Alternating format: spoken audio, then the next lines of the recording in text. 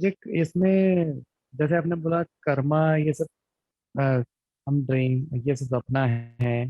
तो हमारे इसमें बोलते हैं कि अगर आप किसी को फिजिकल में हर्ट करो हम्म, तो भी आपको उतना मतलब पाप मिलेगा। और या तो हम्म, आप उसको माइंड में भी हर्ट हम्म, करो।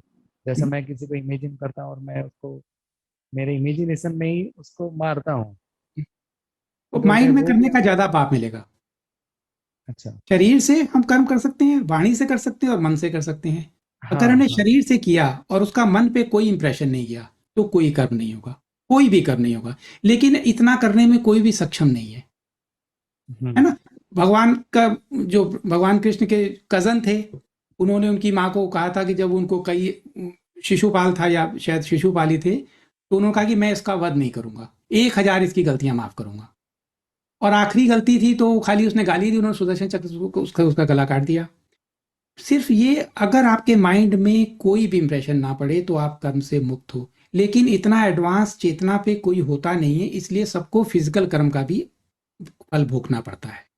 लेकिन फिजिकल कर्म नहीं आपने किया और मन से किसी को मार दिया, सेम टू सेम असर है, तो सर ये क्योंकि अगर आपकी हम, कॉन्शियसनेस इन्वॉल्व है। हाँ, तो ड्रीम है ये ड्रीम, ड्रीम में भी हम ड्रीम कर रहे हैं, ऐसा है? यस, ड्रीम हम करते ड्रीम हैं। में भी ड्रीम कर रहे हैं। इसकी कई लेयर्स हैं और इस अर्थ पे जो हमारा जीवन है, इसको जागने का एक ही तरीका है कि हम इस ड्रीम सोच समझ पाए। ओके। तो सब इसलिए कुछ बोलते ड्रीम है। हैं, हम्म, तो शायद इसलिए बोलते हैं कि अगर आप सामने जाके माफी ना मांग पाओ तो अपने मन से मांग लो। करके मांग लो। हाँ। लेकिन ये सब लोगों ने तरीके बनाए हैं, ये ये तरीके भी तो कभी मैट्रिक्स। कभी इफेक्टिव नहीं है, बहुत इफेक्टिव नहीं है। क्योंकि हम्म। हमारा मन की 3 लेयर हैं। एक कॉन्शियस लेयर जिसमें हम और आप इस समय बातें कर रहे हैं, एक सब कॉन्शियस लेयर जिस पे हमारी कभी कभी एक्सेस होती है, हम ध्यान वगैरह करते हैं, तो एक अनकॉन्शियस लेयर है। 3 लेयर हैं, कहाँ पे उसका बीज सेव है और कौन माफ कर पाता है। आप माफी मांग तो लो तब जब आप किसी को माफ करने के लायक हो। मैं जानता हूं लोगों को जो 20 साल पहले की घटनाएं अपने मन के अंदर अभी भी पाले हुए हैं। जब आप हम्म। माफ नहीं कर सकते तो कैसे ये मान लोगे कि मैंने माफी मांगी और माफी मिल गई। Got my point. हाँ। आप ही हो। जब आप खुद किसी को माफ करने में सक्षम नहीं हो तो ये कैसे सोच लोगे कि मैंने उससे मन में माफी मांग ली, उसने मुझे माफ कर दिया होगा। हम्म। तो ये भी ये, तो मैट्रिक्स है, अगर करना और यस, माफी भी मैट्रिक्स का मांगो हिस्सा तो। है। और इससे मुक्त होने में यही जानना कि सपना था, एक ड्रामा था, ड्रामे का रोल था। एक मूवी में जो संजय लीला भंसाली ने उसको बाजीराव मस्तानी में उसको हीरो बनाया और पद्मावती में उसको विलेन बनाया, एक सेम रणवीर कपूर था। अगर आप सपना है, ये फिल्म है, फिल्म देख रहे हैं तो इससे मुक्त हो जाएंगे। करेंगे नहीं कोई गलत काम, लेकिन कॉन्शियसनेस इतनी रेज हो जाएगी कि ये समझ आ जाएगा कि एक सपना है। हम्म। ओके। राइट। नमस्ते प्रवीण जी। हाँ, नमस्ते जी। हाँ, मैं हरिप्रिया बोल रही हूँ। हाँ जी। हाँ, मेरी एक बात थी, जैसे ये हमारी मैट्रिक्स है, मतलब हमारी क्रिएशन है हम्म, जो हम देख रहे हैं आप अपना सामने। तो हम्म, जैसे हमारी हम लोग बोलते हैं कि हमारे ऊपर नेगेटिव अटैक्स होती हैं, हम्म, क्या वो हमारे ही प्रोजेक्शन है, या हम जैसे इस मैट्रिक्स में आए हैं वैसे ही वो नेगेटिव लोग भी मैट्रिक्स में आए हैं हमें रोकने के लिए? जैसे आप पायोनियर जो भी सामने आए हैं, वो लोगों को समझा रहे हैं, खुद जाग रहे हैं और लोगों को जगा रहे हैं। क्या उनकी काम में बाधा डालने के लिए ये बाहर से मैट्रिक्स में घुसे हैं, या हमारा ही प्रोजेक्शन है? Yes, very very very good question. This question से हम लोग कई बातें समझ सकते हैं। बहुत बड़ा हिस्सा हमारा अपना प्रोजेक्शन है, ये हमें फ्री करेगा। हमारा प्रोजेक्शन है और उसमें सारे प्रोजेक्शन इसी तरह के हैं कि बिल्कुल रियल लगते हैं, है ना। और इस मैट्रिक्स में, जैसे इंसेप्शन मूवी में डिफरेंट लेयर थी, हम एक लेयर में सपना देख रहे हैं। इस सपने के बाहर जो सेकंड बबल है, वो इस सपने को इन्फ्लुएंस कर रहे हैं। वो इस तरह इनकी, जिसको हम ये मानते हैं कि निगेटिव अटैक हो रहे हैं या वो इस सपने को रोकना चाहते हैं, हमें जागने देखने से रोकना चाहते हैं, वो सेकंड बबल के लोग हैं, या देवासुर संग्राम जिसको हम कहते थे। कि देवताओं में और असुरों में संग्राम होता रहता है। That is kind of thing कि एक बबल, जो सेकंड बबल है, वहां पे ये संग्राम, वो इसको थोड़ा सा इन्फ्लुएंस कर सकते हैं फ्री विल को। Thank you. ओके, अर्चना जी। जी नमस्ते सर। हाँ, नमस्ते जी। सर मुझे जैसे आपने इस मूवी को 3 पार्ट्स में डिवाइड किया, मुझे उतना तो मैं नहीं 3 पार्ट्स में डिवाइड कर पाई, पर कोई जहां गलत नहीं। तक अ, जब तक मतलब कि इस सीरीज को, पर जहां हम्म, तक मैंने इसको देखा मुझे ऐसे लगा जैसे कि इट्स अ काइंड ऑफ, जैसे कि हम लोग जो क्रिया योगा करते हैं तो हम उसमें ईड़ा और पिंगला को बैलेंस करने की कोशिश करते हैं ताकि वो सुषुम्ना के थ्रू एनर्जी ऊपर राइज। तो मुझे इस मूवी में जो प्रोटैगनिस्ट थे, जो एक वुमन थी और जो एक मेल पार्ट था, उसका मेल पार्ट मुझे बैलेंस्ड लगा and she treated like an unbalanced energy.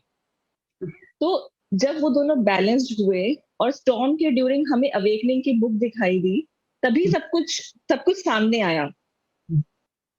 तो मुझे ऐसे लगता है इट्स सेम्युलेशन तो है इसके अंदर, पर डिवाइन फेमिनाइन और मैस्कुलिन की एनर्जी को बैलेंस करते हुए हमें अवेकन होना, हमें एक हिंट दिया गया। क्या मैं सही हूँ सर? हाँ, मैंने कहा ना कि इसको जो जिस डायरेक्टर ने बनाया उसका अपना परसेप्शन है, जिसको आप जिस तरह आपने परसीव किया ये इसका परसेप्शन है। तो सारे परसेप्शन सही हैं, कुछ भी ना सही है ना कुछ गलत है। मास्कुलिन और फेमिनिन दोनों का बैलेंस बहुत इंपॉर्टेंट है। ये तो स्पिरिचुअलिटी का आधार है। जब ये होता है तो हम बीच में रहते हैं। जब बीच में रहते हैं तो सिमुलेशन के छोटे सिमुलेशन करते हैं, बड़े गहरे नहीं करते जिसमें बहुत लंबे फंसे। और अगर बिल्कुल बीच में हो जाते हैं, ये तो अभ्यास की बात है, शुरू में ईटा पिंगला वो बैलेंस कर रहे हैं। अगर कंप्लीट बैलेंस हो जाएगा तो हम कंप्लीट फ्री। सर एक और मेरा कंफ्यूजन का क्वेश्चन था, इस पिक्चर से रिलेटेड तो नहीं है, सीरीज से रिलेटेड। आजकल इतनी ज्यादा इंफॉर्मेशन आती है असेंशन को लेकर, मतलब कि आजकल ऐसे लगता है कि यूट्यूब भरा पड़ा है, लोडेड इंफॉर्मेशन इतनी ज्यादा लोडेड है कि हमें कभी कभी समझ में नहीं आता कि उनमें से क्या भ्रम है और क्या सच है। इंफॉर्मेशन मिल गई है तो यूट्यूब और सोशल मीडिया से थोड़ा सा गैप लेना बहुत इफेक्टिव। अपने ऊपर काम करें। पहले लेवल पे जानना कि असेंशन हो रहा है, कैसे इसको कर रहे हैं। अगर इंफॉर्मेशन सब मिल चुकी है और आपको पता है कि असेंशन हो रहा है, इसमें कोई डाउट नहीं है, तो अपनी पूरी एनर्जीज को अपने उत्थान में लगाएं। टाइम वेस्ट करने की कोई जरूरत नहीं है। और उसमें बहुत सारी इंफॉर्मेशन गलत भी है। यस सर, यस वो तो मतलब कि पता चलता है, फिर भी कहीं ना कहीं लगता है कि नहीं क्या पता, क्योंकि कई लोग ऐसे प्रिडिक्शंस देते हैं और वो लगता है कि हाँ वो सच हो रही है, तो समझ में नहीं आता उस तरफ जाएं इस तरफ जाएं, तो कभी कभी माइंड कंफ्यूज भी हो जाता है। और जो प्रिडिक्टिव लोग हैं उनको तो बिल्कुल मत सुने, क्योंकि ये आपकी जो कॉन्शियसनेस रियलिटी क्रिएट कर रही है। कॉन्शियसनेस आपकी क्रिएट कर रही है और उसको वो मैनिपुलेट हो जाती है, इन्फ्लुएंस हो जाती है लोगों के प्रिडिक्शन सुन के।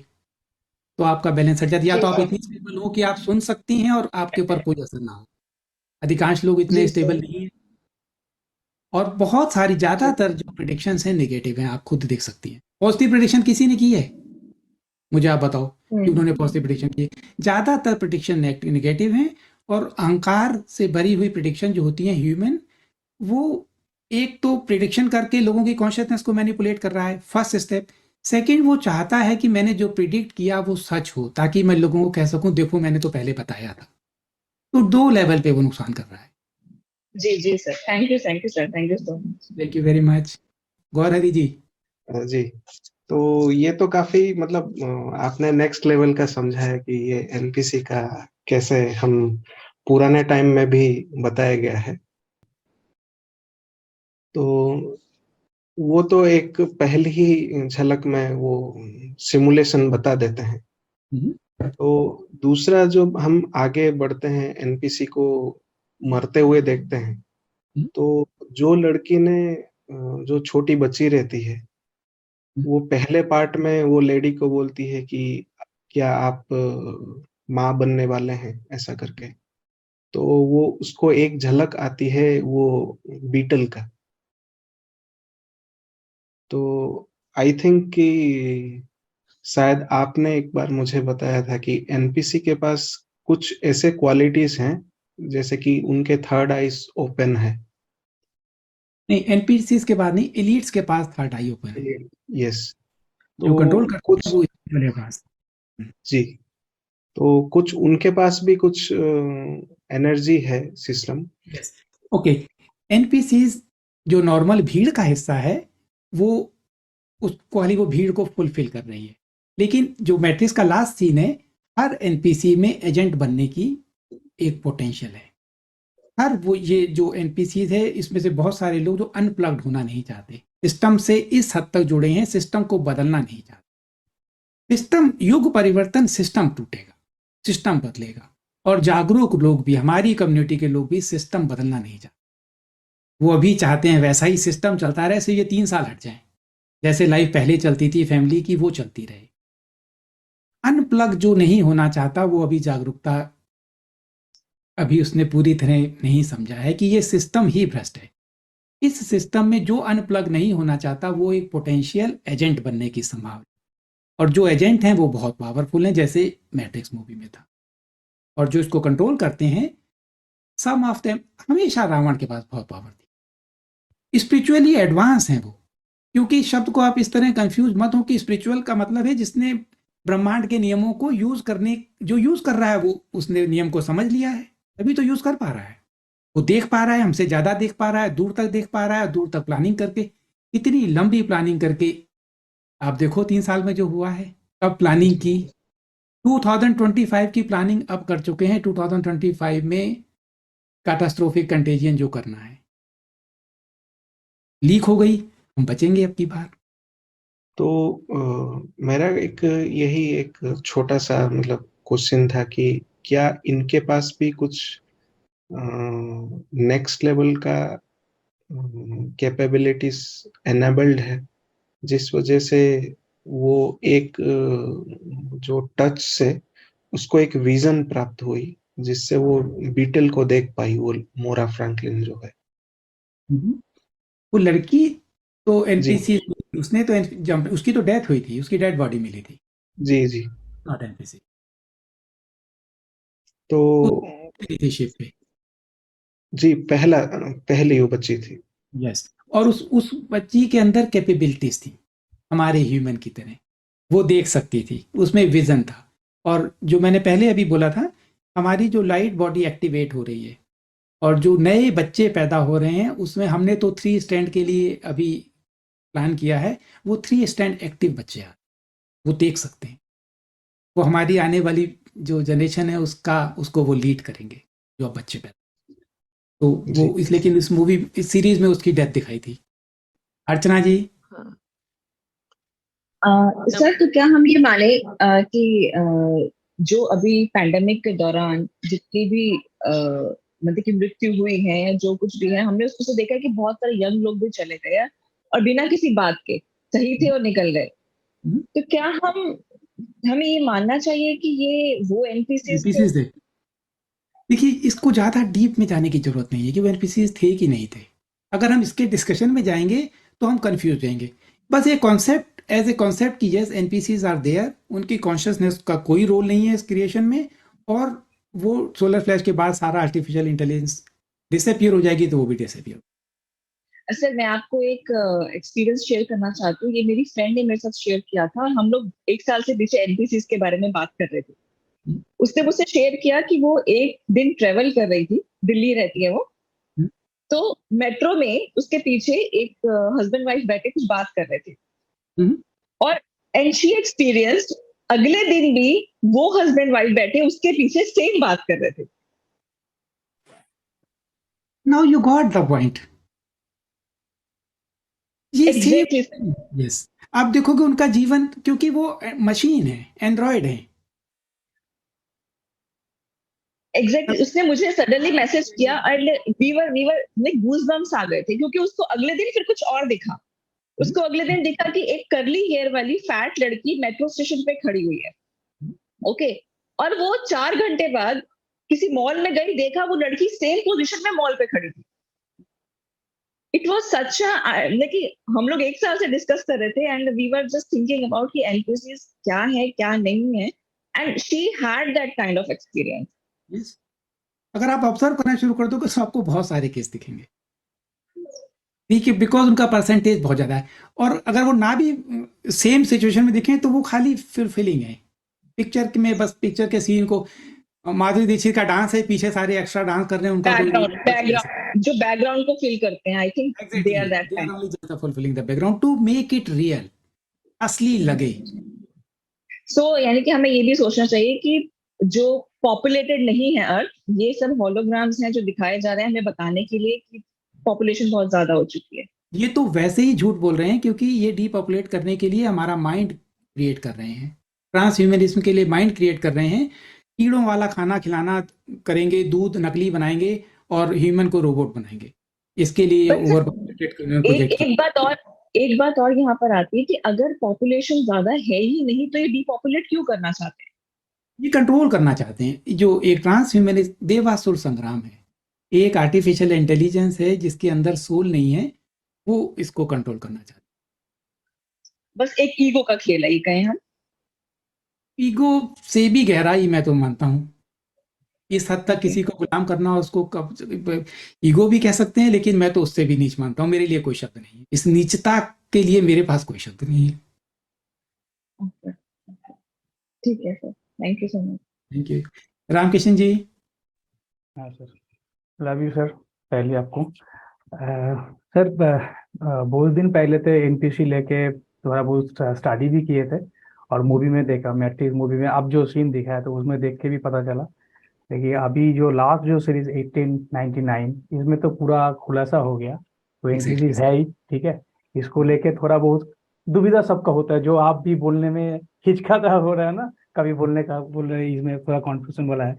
तो है तो सही है, और भी बात है, ये कंफर्म हुआ है इसलिए कि लास्ट 3 साल से जो कोविड के सिलसिला हुआ ना, तो उसमें एंटी कोविड सेक्शन में भी हम बीआरसी का टीम से तरफ से था, वेस्ट बंगाल से। तो बहुत लोग से गाली भी मिला मुझे ये बोलने के लिए, ये मत बोलो तुम डॉक्टर हो क्या, ये क्या। तो अभी क्या है, अभी मैं पूरा उस ग्रुप से थोड़ा हट के आया है, क्योंकि हमको पता चल गया जो एनपीसी वाला जो भी है हमको पहचानना नहीं चाहिए, लेकिन वो लोग सुनेगा नहीं, वो लोग रोबोट जैसा है। हम उसको अवेकन करने के लिए जो भी बोलेंगे वो नहीं लेगा। तो ये तो इस मूवी में पूरा खुलासा कर दिया है। लेकिन एक क्वेश्चन मेरे पास आ गया है, जो मेरे साथ वो इस मूवी का मतलब सीरीज का जो कैप्टन है ना, उनके साथ मेरा बहुत तालमेल में होता है। तो बाद में देखा वो भी एनपीसी लाइक का वो भी वैनिश हो गया, इसमें थोड़ा डाउट लगा। तो थोड़ा कंफ्यूजन मेरा आप क्लियर कर दीजिए। लेकिन बीच में क्या हुआ, वो भी जो गायब हो गया, तो मुझे ये कंफ्यूजन है ये हम कौन है मेरे अंदर क्या है, मेरे अंदर है कि नहीं है। तो ये कंफ्यूजन है सर, तो थोड़ा अगर आप इसमें थोड़ा लाइटिंग करेंगे तो अच्छा है। Very interesting question. सीरीज में कैप्टन की डेथ दिखाई है, बट डेथ होने वाले सारे एनपीसीज नहीं थे, जो एक टोन में जिनकी डेथ हुई दे वर एनपीसीज। इस ओके, जो वो टिक टिक करके जो आवाज हो रहा था उसी टाइम जो जा रहा था। उस उस ओके। उस पे रेजोनेट करे थे, और इसके ओके। पास भी वो लेटर था, वेकअप लेटर, यू रिमेम्बर? इसका भी, यस इसके यस। पास वेकअप कॉल थी, हाँ। इनके पास भी वो लेटर था, जो इनविटेशन था उस शिप में आने का। So he was not an NPC, very much clear. Okay हम सब ओके, लोग इसमें जो थोड़ा हमको अभी, डाउट था। ओके। यस, बिल्कुल डाउट क्लियर। और हम ओके। सब लोग जो इस यात्रा में हैं, कुछ लोग हो सकता है कि युग परिवर्तन से पहले शरीर छोड़ दें। इसका मतलब ये नहीं है कि हम हार गए या कुछ हुआ, हमें नेक्स्ट बॉडी में आके जर्नी कंटिन्यू करेंगे। इससे पहले भी कई बार छोड़ा है, फिर दोबारा करेंगे। दोबारा करेंगे। Okay, thank you sir. Thank you Ramakrishna ji. Haripriya ji. Hello, हाँ जी। नमस्ते। हाँ, पहला मेरा क्वेश्चन जो है वो है, जो एलीट्स हैं, क्या वो एनपीसीज हैं? क्या उनके अंदर सोल है? अगर सोल है तो क्या कैसा सोल है? मतलब वो इतना नेगेटिविटी, इतना मतलब सोल के अंदर हमारी, हम ऐसे सुनते हैं कि जो क्रिएटर हैं उनसे ही हमारा रचना हुआ है, मतलब उनके अंदर जो करुणा, दया, क्षमा, प्रेम है, हमारे अंदर भी है। तो अगर ये भी उनसे ही क्रिएट हुआ है, अगर इनके अंदर सोल है तो इनके अंदर कैसे ऐसे चीज है? ये दूसरा चीज ये है कि दूसरा क्वेश्चन मेरी ये है, जैसे हम, आपने बोला कि अगर कर्म को, सिद्धांत को समझ जाते हैं तो कर्म आप पे असर नहीं करते, अगर आप चीजों को समझते हैं। तो क्या इन लोगों ने इतना बुराई किया फिर भी ये अच्छे रहते हैं क्या? इन्होंने कर्म का का सिद्धांत को सिद्धांत समझ समझते लिया है? और कर्म के सिद्धांत से परे है ना? ये आप पूछना चाहती हैं। हाँ। देखिए, सोल एक ही है, एक ही ईश्वर है, एक ही ईश्वर का क्रिएशन है, देव और असुर दोनों, राम और रावण एक ही ईश्वर की संतान। इस थर्ड डायमेंशन की डुअलिटी में या इसके बाद भी फिफ्थ डायमेंशन में भी थोड़ा बहुत निगेटिव, जिसको हम निगेटिव मानते हैं, जो हमसे अलग हैं उनको हम निगेटिव मानते हैं। हम अपने आप को कहते हैं लाइट, उनको कहते हैं डार्क। अगर उनसे पूछो तो वो कहते हैं कि हम लाइट हैं, ये डार्क हैं। अगर हो सकता है उनका पर्सपेक्टिव ये हो कि ह्यूमन ने पिछले 2000 सालों में देखो क्या किया, लड़ाई करता है, धर्म के नाम पे मार देता है, इतने बलात्कार करता है औरतों के साथ। इसके अगर इसको ट्रांस ह्यूमन बना दें, इसको कंट्रोल कर दें, तो ये सारी बातें कम हो जाएंगी। इसको खाने की समस्या है, इसको एजुकेशन की समस्या है, इसको रोबोट लगा देंगे, चिप लगा देंगे, ये सुबह 8 बजे उठेगा, इसको कोई दर्द नहीं, तकलीफ नहीं, बीमारी नहीं, लंबा जीवन जिएगा। हो सकता है ये उनका पर्सपेक्टिव हो। वो कहता है कि भावनाओं के मारे ये लड़ाई करता है, कि इसकी भावनाएं खत्म कर दो तो ये लड़ाई नहीं करेगा। वो अपने आप को लाइट मानते हैं और हमको डार्क मानते हैं, क्योंकि हम दो विरोधी हैं। और विरोधी इसलिए हैं कि शतरंज की खेल खेलने के लिए दो चाहिए। इस सपने को हमने एक्सपीरियंस करने के लिए धरती पे, जैसे हम डरावनी पिक्चर देखने जाते हैं, डरावनी पिक्चर में कई बार डर भी लगता है या लेकिन फिर भी पिक्चर देखते हैं, इसी तरह हम एक एक्सपीरियंस करने के लिए धरती पे आए हैं। उस एक्सपीरियंस को तभी कर सकते हैं जब वो इतना रियल लगे, इतना एक्साइटिंग लगे। ये जो गेम हमने जो अभी खेल रहे हैं, जो चेतना के नए युग पे जाने की, ये इतनी एक्साइटिंग लगेगी कि ऐसा लगेगा कि हम हार ना जाएं, लेकिन हम हार नहीं सकते। हमने सब प्लानिंग की हुई है, इसका एक्साइटमेंट बना रहे, ये एक्सपीरियंस करने के लिए हम नीचे उतरे। इसलिए यहाँ पे डुअलिटी की गेम में हम इंटेंशनली आए हैं। और ये गेम तभी होती जब दूसरा अपोनेंट उतना स्ट्रांग होता। अब आप बच्चों के साथ मैं कोई गेम खेलूं तो मुझे मजा ही नहीं आएगा, क्योंकि एक्साइटमेंट नहीं है। उतना एक्साइटमेंट है कि बराबर, एकदम बराबर, और ज्यादातर लगे कि वो जीत रहा है, लेकिन जीतते जीतते हार जाएगा। रामायण क्यों प्रसिद्ध है? एक कमजोर पार्टी, राम, वानरों की सेना, भील की सेना, समुद्र के उस पार, पुष्पक विमान, सोने की लंका, और मेघनाथ और कुंभकर्ण जैसे उसके, मेघनाथ का तो कोई हरा ही नहीं सकता था, उसको अपने तितरे वरदान थे। ऐसे दूसरी महाभारत देखो, पितामह भीष्म, कर्ण, अश्वत्थामा, द्रोणाचार्य, सारे महारथी एक तरफ। इसी तरह हमने ये गेम खेली है, इतनी एक्साइटमेंट हो जाए कि हम लगे हार रहे हैं।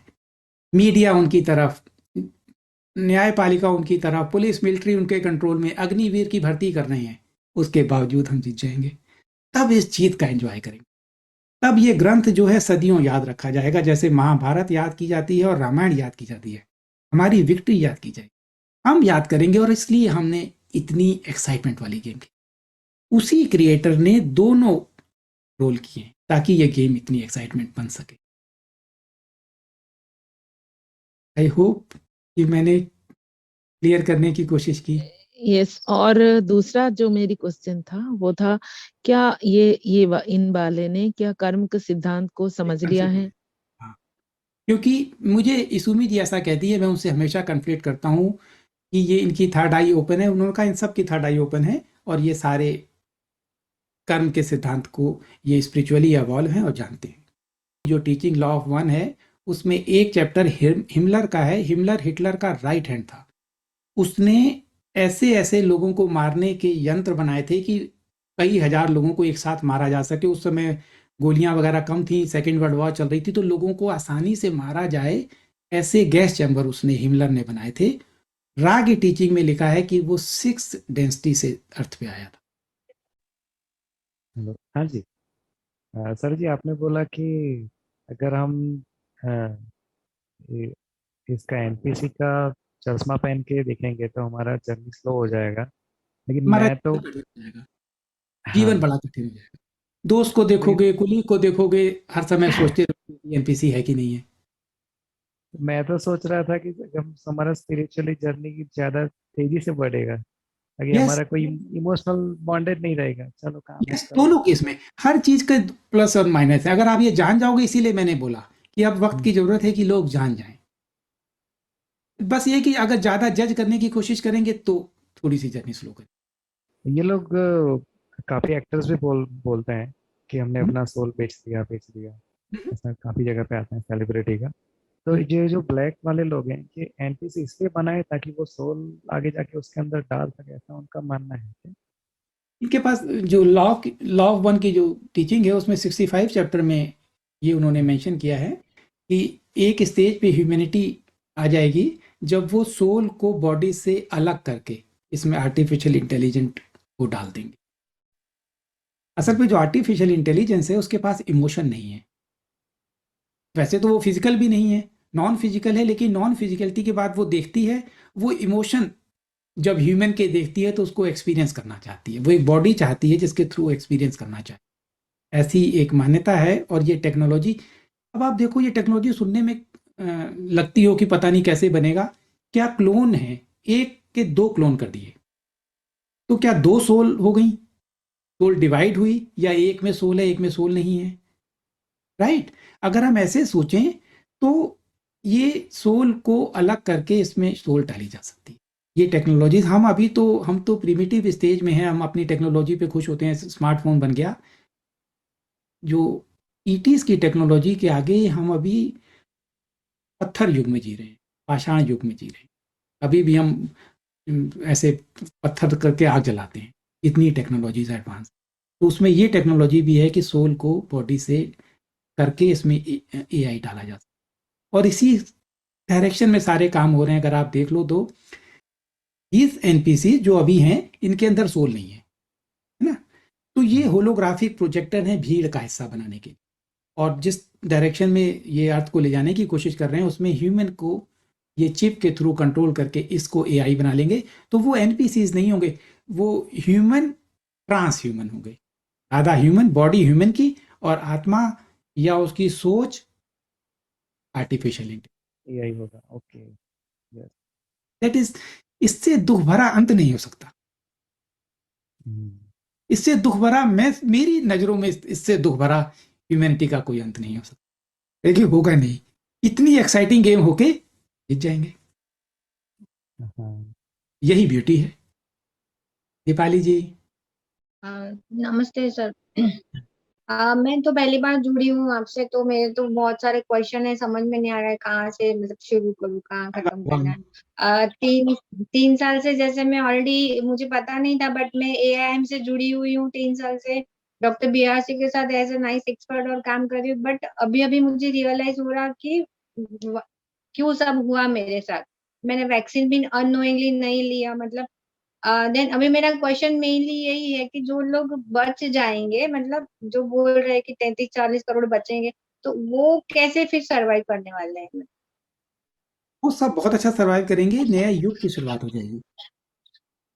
तो ये जो पूरी बोल रहे हैं कि पृथ्वी असेंड करने वाली है, तो मैग्नेटिक फील्ड हो रहे हैं, तो मतलब डिस्ट्रॉय भी होने वाला है।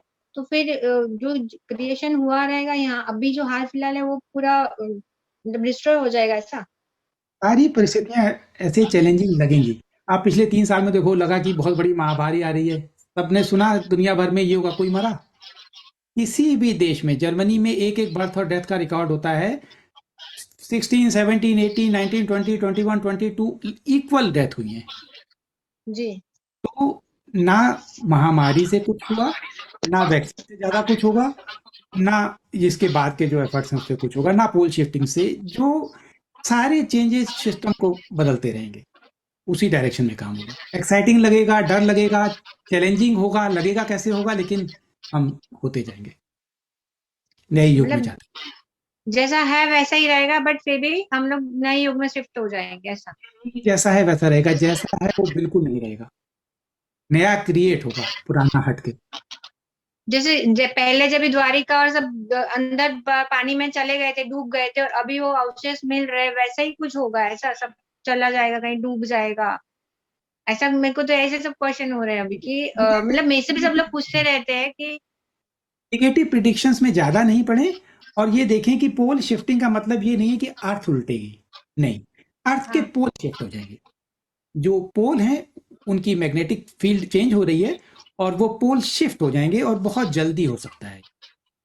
लेकिन इसका मतलब इसका क्या होगा ये कोई नहीं कह सकता। अभी कोई नहीं कह सकता कि इसका क्या होगा। एनपीसीज को हटाने के लिए यूज होगा, इतना को उठाने के लिए इसका यूज होगा, सारे सिस्टम को ब्रेक करने के लिए इसका यूज होगा। पुरानी बिल्डिंग गिरेगी तभी नहीं बनेगी। लेकिन जिसकी कॉन्शियसनेस, जैसे भारत पाकिस्तान के, अब इस समय रूस और यूक्रेन में लड़ाई हो रही है, ठीक, अलग अलग लोगों को अलग अलग प्रभाव पड़ रहा है। कुछ लोग थे, उनको स्टूडेंट थे, मेडिकल पढ़ रहे थे, इंडिया वापस बुला लिया गया, उनकी पढ़ाई बीच में छूट गई। कुछ लोग जर्मनी में शिफ्ट हो गए, बड़े खुश हो रहे हैं कि जर्मनी की गवर्नमेंट उनको सपोर्ट कर रही है, यहाँ पे उनको रहने का मौका मिल गया। एक ही घटना सबको अलग अलग प्रभाव डालेगी चेतना के लिए, इसीलिए अपनी चेतना को तैयार, एक ही काम है, अपनी कॉन्शियसनेस को इतना रेज कर लें कि डर ना लगे। डर लगेगा तो हम टाइमलाइन में लोअर फ्रीक्वेंसी में चलेंगे, फ्रीक्वेंसी बढ़ती जा रही है, बस ये हमारा काम। तो ये जो ड्युअलिटी माइंड है हमारा जो ड्युअलिटी माइंड होता है उसको कैसे हम मतलब आप जब बोले फ्रीक्वेंसी आपकी बढ़ानी है, सिर्फ मेडिटेशन ओनली? मेडिटेशन से फ्रीक्वेंसी बढ़ती है, और द्वंद्व में ना रहे, इससे फ्रीक्वेंसी बढ़ती है, ड्युअलिटी वाला माइंड जो आपने बोला। और जो अगर लोअर फ्रीक्वेंसी है, जैसे सबसे पहले बात की कड़वाहट की, किसी ने बुरा किया उससे बदला लेने की भावना, डर की भावना, इसके बदले हट के प्रेम की, वननेस की, सब हम एक हैं, ये फीलिंग वननेस में लाती है। और आप अच्छा काम कर रही हैं, एएम के साथ जुड़ी हैं, डॉक्टर बीआरसी के साथ जुड़ी हैं, लोगों का भला कर रही हैं, तो ये वननेस है, तभी तो कर रही हैं। वो तो मैं बोल रही हूँ, मुझे तो पता भी नहीं था, unknowingly started journey, just realize, अभी थोड़ा रियलाइज हुआ आपकी 2-4 वीडियोस देखे, तब थोड़ा ध्यान आया कि क्यों हो रहा था ये सब, मतलब अवेकनिंग क्यों हुई। अगर आपने अभी शुरू से प्रोग्राम देखा हो तो सबके पास एक उनका सिंबल है, ये आपका सिंबल था जो आपको लेके गया, नोइंगली और अननोइंगली। ओके, तो आगे भी वही लेके जाएंगे, इतना जर्नी लेके हुआ है जाएंगे, तो बस हमें अगर वो भी छोड़ देना है। यस, आपके दो काम में कन्विंस हो कि युग परिवर्तन हो रहा है, और अपनी भरसक तैयारी करें, अपनी एनर्जीज को भरसक तैयारी करें, जो काम हमें करने में जीवन लगते थे उसको अगले 2 सालों में कर देना है। 23 और 24 में बहुत बड़े चेंजेस हैं, और ये जो समय मिला है, समय दोबारा नहीं मिलेगा, है ना। मैं तो जब ये समय है इसको मैक्सिमम यूज करें। कोई अच्छी टेक्निक अगर मेडिटेशन की अभी तक ना करी हो तो मेडिटेशन किसी टेक्निक से करें, क्योंकि कई बार हम लोग बिना टेक्निक के मेडिटेशन करते हैं, खाली आंखें बंद करके बैठ गए, वो मेडिटेशन नहीं होता, नींद आ गई। टेक्निक कोई हो, खाने मैंने के रखें। दिव्या, मेरा ये क्वेश्चन था कि जो हिटलर के साथ था, जिसने गैस चैम्बर्स बनाए और इतने सारे उनको मार दिया नाजियों को, तो आपने बोला वो 6D से आया उनको, दूसरों को मारा, हाँ दूसरों को मारा, सॉरी, तो वो 6D से आए हुए थे। और आपने बोला कि ये इतने बड़े काम कोई लोअर लेवल के लोग नहीं कर सकते, तो 6 और ये प्लान था जिससे, तो ये प्लान क्या डिवाइन का था? सारे प्लान डिवाइन के होते हैं, तो लेकिन हम इतने लोगों को देख रहे हैं ये मार सब। देना। हाँ, ये तो मेरे लिए भी कंफ्यूजन था। ये लॉ ऑफ वन की बुक है, आप उसमें से पढ़ सकती हैं, उसमें जैसे उन्होंने उत्तर दिया, उनका उत्तर ये उनका उत्तर ये था कि जो हिमलर था वो कौन था, तो उन्होंने उत्तर दिया कि हिमलर जो है वो 6D पॉजिटिव से आया था। 5th डायमेंशन में हम जा रहे हैं, ये 4D कहते हैं इसको, 4D में पॉजिटिव और नेगेटिव दोनों हैं, जैसे देवासुर, अभी देवता भी पावरफुल है, असुर भी पावरफुल है, इसके ऊपर 5D है, इसके ऊपर 6D है, चेतना के स्तर पे। वो 6D पॉजिटिव था। 6D में नेगेटिव में बहुत कम लोग होते हैं, वहां पे सर्वाइवल इशू होता है, वो फ्रीक्वेंसी इतनी प्योर है, उसमें कुछ लेसन हमने नहीं सीखे होते। मान लो उस लेसन को सीखने या सिखाने के लिए धरती पे उतरते हैं, जिनको हम अवतार कहते हैं। तो आपको हिंदू धर्म में मान लो 10 अवतारों का वर्णन है, तो अगर मैं कह दूं कि हिमलर ऊपर से उतरा था, अवतार था, तो सारे शुरू हो जाएंगे गालियां देने के लिए, क्योंकि वो उस बात को रा ने लेकिन यही बताया कि वो 6 डायमेंशन से नीचे उतरा था। अब क्यों उतरा था ये तो नहीं बताया, ना उसने ये कहा कि धर्म की स्थापना के लिए उतरा था। वो 6 डायमेंशन पॉजिटिव से नीचे उतरा था और वापस 6 डायमेंशन पॉजिटिव में गया। और उसी के साथ उन्होंने कहा चंगेज खां जो बहुत ब्रूटल था अफगानिस्तान का, उसने भी बहुत मर्डर किए थे 14th सेंचुरी में, वो 3rd डायमेंशन से 5th डायमेंशन नेगेटिव में चला गया। ये तो तो मैंने पढ़ा था। एक हिस्सा है। पर ये मेरे को समझ नहीं आया कि हिमलर अगर पॉजिटिव में आया था 60 पॉजिटिव से, तो वापस 60 पॉजिटिव में कैसे गया अगर इतने लोगों को मार के? देखो, ये कभी एक तो जगह फिर इसका उत्तर आप ऐसे सोच सकते हो कि भगवान राम ने लक्ष्मण को क्यों भेजा कि जाओ रावण से ज्ञान लेके आओ, राइट? तो ये जो कुछ भी हो रहा है ये हमें अवेक करने में सहायक। और इतनी दुख भरी बात है कि जब कॉन्शियसनेस नॉर्मल जीती है, से पिछले 2000 से लेकर 2018 तक का जो समय था, उसमें कॉन्शियसनेस इवॉल्व होती है, लेकिन से 0.01%, और पिछले 3 सालों में भी 3%। जो विषम परिस्थितियां होती हैं, चाहे वो इंडिया पाकिस्तान की लड़ाई हो, चाहे फर्स्ट वर्ल्ड वार हो, सेकंड वर्ल्ड वार हो, उसमें कॉन्शियसनेस तेजी से बदलती है। पर वो कॉन्शियसनेस उन्हीं की बदलेगी कि जो समझते हैं, जिसको ये जो सिस्टम से कोई प्रॉब्लम रेडी, नहीं है। यस, बिल्कुल सही आपने कहा। परिस्थितियां सबके लिए सेम है, लेकिन जो इस परिस्थितियों का फायदा उठाएगा उसकी बदलेगी। मौका सबको मिल रहा है, किसी को मना नहीं है। तो एलन मस्क को अपन गलत नहीं मानेंगे? नहीं, अब आप, ये तो आपकी चॉइस है कि आप एलन मस्क के, रावण की विभीषण था, उसने कहा कि मैं रावण की टीम में नहीं रहूंगा, मैं राम की टीम में रहूंगा। आपकी चॉइस है। अगर नहीं, आपको लगता चॉइस है, की बात नहीं है। अगर वो डिवाइन प्लान ही है, वो स्पिरिचुअल अवेक है और वो ये सब कर रहा है, तो ये भी डिवाइन प्लान से ही कर रहा है, अगर जैसे हिमलर ने किया वैसा। see, आप इसको ऐसा देख सकते हो कि एक परिस्थितियां बनने के लिए दो लोग अलग अलग तरीके के हैं। एक दबाने की कोशिश कर रहा है, उसके थ्रू जागरूकता आ रही है। तो अब आपका क्वेश्चन है कि क्या मैं तो दबाने वाली टीम की तरफ चली जाऊं? राइस है। अच्छा, एक और सवाल कि अगर ये 5th डी में जा रही है, प्लेनेट अपना 5th डी में जा रहा है, या तो मरेंगे लोग ऐसे कि जो युद्ध से या बीमारी से या वैक्सीन से या किसी भी तरह से, या तो लोग ऐसे मरेंगे और उनकी बॉडी जाएगी, या फिर 5th डी में जाना है तो ये बॉडी लेके तो नहीं जाना है। अगर अपनी विल है कि मुझे 5th डी में जाना ही है, तो फ्री विल है तो वो जाएंगे। फिफ्थ डी में पहली बार अभी तक हम बॉडी छोड़ते थे और कभी मुक्त हो पाते थे कोई एक। हमने जितना कहा है कि ये एनलाइटेंड मास्टर थे, उसमें से बहुत सारे हमारे कॉन्सेप्ट और हमारी कल्पनाओं का एक परिणाम है। हमने कल्पना की कि वो मुक्त हो गए थे। तो किसी आपको नाराज होने की जरूरत नहीं है, ये हमारी हमारी इमेजिनेशन है। उन्होंने नहीं कहा कि हम मुक्त हो गए, लेकिन हमने ये मान लिया कि वो असेंड हो गए होंगे। खैर, लेकिन कुछ लोग जो असेंड हो गए और जो धरती की इस जीवन मरण से छूट गए, वो मुक्त हो गए, ये सही है। इससे पहले एक ही तरीका था, क्योंकि अर्थ को कंट्रोल किया हुआ था। हम शरीर के बिना नहीं जा सकते थे, हमें शरीर छोड़ना पड़ता था। ये पहले का तरीका था। अब की बार अर्थ 5th डायमेंशन की चेतना के लिए तैयार हो, पूरी अर्थ। इसमें 5th बॉडी हम लोग जाएंगे। हमारी बॉडी में परिवर्तन शुरू हो गए, जो उस परिवर्तन के रिक्वायर्ड है, जो भी चाहता है। अच्छा, मतलब बॉडी तो चेंज होगी पर शरीर कोर्स में नहीं हो गई। खुद। हाँ, मतलब हाँ? बॉडी टू कोर्स, बॉडी के अंदर जो कार्बन बेस्ड बॉडी है, ये क्रिस्टल बेस्ड बॉडी हो जाए। इसमें लाइट कंटेंट बहुत बढ़ जाएगा, और आने वाले समय में इसकी डेथ नहीं हुआ करेगी इन ड्यू कोर्स। जब 5th डायमेंशन पूरी तरह स्टैब्लिश हो जाएगी अर्थ में, और स्टैब्लिश होने का जो समय है, ये कुछ लोग कहते हैं 60-70 साल लग सकते हैं पूरी तरह स्टैब्लिश होने में। लेकिन एक बार सोलर फ्लैश के बाद जो प्रोसेस होंगे, वो इतने फास्ट होंगे कि जमीन आसमान का अंतर होगा। अच्छा, तो बीमारियों से बचना पड़ेगा ना, तभी अपन इस पर बॉडी को शरीर को आगे बचा के कैरी कर रखना अच्छा पाएंगे। है। हम्म। शरीर को अच्छी तरह बचा के रखें, और बहुत ज़्यादा समय नहीं है, हम अपनी इस जीवन में उसका अनुभव कर पाएं, ये सबसे अच्छी बात है।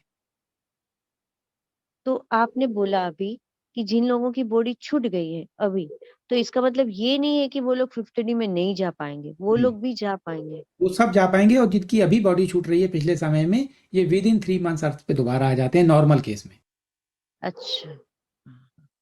और नई बॉडी के साथ आते हैं, पुराने कर्मों का बोझ छोड़ के आते हैं। सेल जो है उसकी मेमोरी हट जाती है, जो मेमोरी की जरूरत नहीं है, जो उन्हें कर्मों में बांधे हुए है, और जो हो सकता है कि एक्टिवेटेड डीएनए के साथ आ रहे हैं। जो अभी नए बच्चे आ रहे हैं वो। नए बच्चे, वो पुराने कुछ साल कुछ महीने पहले हमें छोड़ के गए थे, अब नए बच्चे बन के नए अच्छा तरीके से आ रहे हैं। अच्छा अच्छा। हाँ। Okay, thank you so much. Thank you मेरे दिव्या जी। बहुत सारे क्वेश्चंस हाँ सॉल्व हो गए। Thank you. Thank you. Shalini ji, आप बीमारी में भी दोबारा तैयार हैं? बताइए। जी सर, मैं दोबारा तैयार हूँ, बोला नहीं जा रहा पर फिर भी मेरे से रुका नहीं जा रहा। सर मैं आपको वो अर्चना जी ने जो अभी बताया मेट्रो वाली बात उन्होंने, सर मेरे साथ तो बहुत बार हो चुका है ये। मतलब मैं समझ नहीं पाती थी कि मैं ये सब क्यों मतलब सुन भी रही हूँ, देख भी रही हूँ, कुछ सेम रिपीट ही होता रहता है, क्या हो क्या रहा है मेरे साथ। आज अर्चना जी ने मुझे बताया, तब जाके मुझे पता चला कि ये एनपीसीज वाली बात है सर। सर मतलब हर रोज सेम वही रिपीटिशन वही, मुझे ऐसा लगता है कि मैं अलग हूँ या वो अलग है, या मतलब कुछ समझ नहीं आ रहा था इतने दिनों से, और आज काफ़ी जाके क्लियर हुआ है। लोगों का जीवन भी अगर आप देखो, वो दे आर नॉट एनपीसीज़, वो ह्यूमन बीइंग है, उनका जीवन भी एक तरह से रूटीन की तरह आदत उनको पड़ गई है जीने की। हर डे जो है पिछले डे की कॉपी है। हर साल जी पिछले सर। साल जैसा बीता था लगभग वैसा ही। वो सोचते हैं कि हम ऑफ़िस गए, खाना खाया, सो गए। तो जो नेक्स्ट डायमेंशन है वो बड़ी स्पॉन्टेनियस है, भविष्य की प्लानिंग ज़्यादा नहीं है। सब जी कुछ एट द सर, वो मोमेंट है। मतलब चेंज ही नहीं करना चाहते, मतलब वो अपनी सोच को ही चेंज नहीं करना चाहते हैं। मतलब जो सामने दिख रहा है, मतलब हर चीज एकदम क्लियर है, सामने है, सब कुछ है, तो भी उनको मतलब समझ ही नहीं आ रहा है। ऐसा लगता है जैसे वो यस, मतलब पर्दा उसी लगा करेक्ट, रखा है हाँ, उन्होंने। यस, उन्होंने पर्दा जी बहुत गहरा लगा लिया है। सर बिल्कुल, मतलब हम अगर समझा भी रहे हैं, प्रूफ भी दे रहे हैं, सब कुछ बता रहे हैं, तो भी उनको मतलब ऐसा है कि नहीं, हमको नहीं मतलब हमको समझ में आ रहा है, लेकिन उनको क्लियर नहीं, नहीं, ही नहीं है वो बात। यही है। इसमें अभी फर्स्ट फेज़ में जितनी अवेकनिंग होनी थी वो हो चुकी। अब जी नेक्स्ट जी इवेंट, नेक्स्ट कुछ होने से पहले कोई और नया नहीं आ पाएगा। जो फर्स्ट फेज़ में है वो धीरे-धीरे आगे बढ़ रहे हैं। धीरे-धीरे जी क्लैरिटी बढ़ रही है। जी सर। जितनी बढ़ती जाएगी उतना नेक्स्ट स्टेप पे वो तैयार होते जाएँगे। जी सर। सर आपसे बात करके तो हमेशा ही मतलब हमेशा ही अच्छा लगता है। मतलब मैं बीमार हूँ तो भी मेरे को ऐसा लगा कि नहीं, मेरे को सर से बात करना, उस टाइम थोड़ा वैसा हो रहा था, अभी मेरे को थोड़ा अच्छा लग रहा है इसलिए। पीआरसी की वो ढूँढ के करिए, बीमारी जी जल्दी जी फीवर ठीक हो जाएगा, है ना? ओके, जी ऑल जी द जी। Best. Thank you sir, thank you. Okay, Khushboo ji, नमस्कार सर। नमस्ते जी। अ, ये मेरा पहला सेशन, पहली मीटिंग है। मैं आपसे अभी जुड़ी हूँ। मैंने आपके वीडियो देखे 2 दिन पहले। कई सारे क्वेश्चन आए और थोड़ी चिंता भी आई और खुशी भी हुई कि ये कुछ नया हो रहा है। पर ये एक क्वेश्चन आया कि 5th डी में जा रहा है प्लैनेट, और आपने एक वीडियो में बोला था कि सभी डायमेंशनल में पॉजिटिव है और नेगेटिव दोनों है। मेरा up to question up to मेरा 6th क्वे, है। हाँ, मेरा क्वेश्चन ये है कि मेरी नॉलेज के मुताबिक कई दिव्य उच्च ऊर्जाएं हैं, जैसे कि शिव, कृष्ण वगैरह। तो क्या वो लोग हमको नहीं बचाएंगे? वो हमें बचा सकते हैं। अगर वो बचाएँगे तो फिर अर्थ पहले की तरह रह जाएगी 3 डायमेंशन में। अगर वो अभी बचा लेंगे तो। वो उस मोमेंट तक का वेट कर रहे हैं जिसमें अवेकनिंग हो जाए। अगर हम इसको स्टॉप कर दें, से अगर हम आज भी 2018 में वापस ले आएँ तो ये अवेकनिंग रुक जाएगी। ये उनका पर्पस नहीं है। दिस टाइम उन्होंने क्लियरली एश्योरेंस दी है कि अगर गवर्नमेंट्स ज़बरदस्ती मिलिट्री के थ्रू चिप को इम्प्लीमेंट करने की कोशिश करेंगी तो वो इंटरवीन करेंगे। डेफिनेटली इंटरवीन करेंगे, लेकिन उस मोमेंट तक लोग जाग जाएं। हमारी फ्री विल है। अगर हम फ्री विल के लिए हम खुद लाइन में लगेंगे कि हमें चिप लगा दो, तो वो इंटरवीन नहीं करेंगे। हमें तब तक जाग के अपनी उनसे डिमांड करनी है। इसीलिए अवेकनिंग प्रोसेस है और इसीलिए मैं इतना बोलता हूँ। धन्यवाद। और जिन जिन लोगों को कोई मालूम ही नहीं है कि जैसे ये स्पिरिचुअलिटी है, जैसे कि मेरे घर में मैं पहली पर्सन हूँ जो ध्यान ध्यान करती हूँ, और मैंने मेरी दोनों बहनों को ये बताया है। बाकी कोई बात ही सुनता है ना तो वो दूर हो जाते कि ऐसा कुछ नहीं होता। तो अगर वो लोग हमें हमारे नियर डियर है तो हमें होता है कि वो लोग भी हमारे साथ आए, थोड़ी ऐसी होती है। तो अगर फ्री विल के मुताबिक वो लोग गवर्नमेंट की मान जाए तो क्या वो यहीं पे ही रह जाएंगे? यहाँ से दुनिया 2 भागों में बटेगी। उन्होंने इस भाग को अभी और वो जीना चाहते हैं ऐसा ही दुनिया, इसीलिए उनकी इच्छा नहीं होती। लेकिन अभी ये फर्स्ट फेज की अवेकनिंग है। फर्स्ट फेज में पॉइनियर जिनका काम ज़्यादा है, जिनका रोल बड़ा है, वो सेकंड फेज में, थर्ड फेज में और लोग जागेंगे। First phase is really for the pioneers जिनको पहले से थोड़ी सी अवेयरनेस थी, जिनकी सोल में ये था। अभी ऐसा नहीं कि इस बार पूरी अर्थ असेंड कर जाएगी। जो लोग अभी हमें लगता है कि वो कुछ भी नहीं कर रहे, वो भी जागेंगे आने वाले फेज। और मेरा तीसरा क्वेश्चन कि नेगेटिव साइड है और पॉजिटिव साइड है, तो वो नेगेटिव साइड को भी पता होगा कि ऐसी कोई उच्च ऊर्जा है, हम्म, तो वो जो उच्च ऊर्जाएं हैं वो डिस्ट्रॉय नहीं कर सकती उनको। कुछ ऊर्जा डिस्ट्रॉय, तो फिर तो सेम पहले वाला क्वेश्चन हो गया। अगर वो उनको डिस्ट्रॉय कर दें तो चेस में गेम कैसे होगी? गेम को एक्साइटिंग बनाने के लिए 2 पार्टीज चाहिए और इक्वली पावरफुल 2 पार्टीज चाहिए, इक्वली। अगर रावण नहीं होगा तो राम का अस्तित्व नहीं है, इसलिए दोनों है। इस थर्ड डायमेंशन में भी दोनों है, फिफ्थ में भी दोनों है। फिफ्थ में बैलेंस है, थर्ड में तो वो डोमिनेटिंग है।